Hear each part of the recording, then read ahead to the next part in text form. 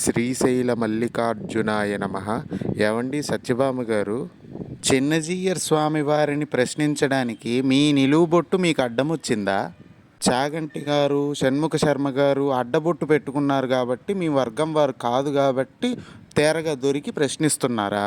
రామేశ్వరం గురించి శ్రీరంగంలో లేదు, అందుకని మేము ఒప్పుకోము అని చెప్పి జీయర్ స్వామి వారు మాట్లాడారు.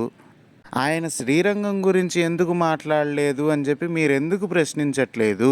పోనీ శ్రీరంగం పద్మపురాణంలో ఉంది కాబట్టి మేము ఒప్పుకుంటాము అని చెప్పి మాట్లాడితే, అదే పద్మపురాణంలో రామేశ్వరం గురించి కూడా ఉంది.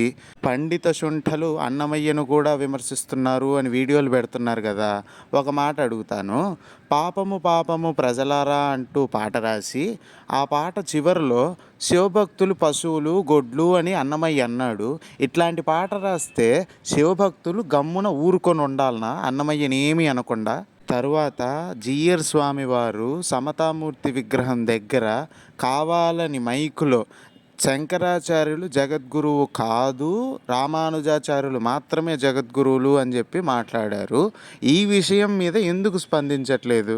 శ్రీ వైష్ణవులు రుద్ర సూక్తంలో రుద్ర అంటే విష్ణువుని తెలియజేస్తుంది అని చెప్పి రుద్ర సూక్తాన్ని కబ్జా చేస్తున్నారు. మంత్రాల మాఫియా ఏందో నాకు అసలు అర్థమే కావట్లా.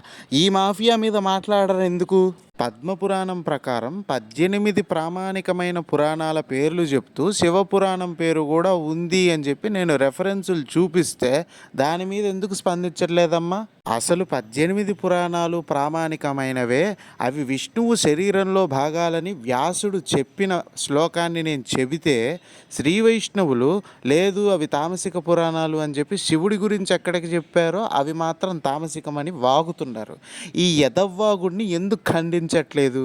నేను వాయిస్తాను, నేను అంతు చూస్తాను అనే మాటలు ప్రశ్నలకు జవాబులు అవ్వవండి.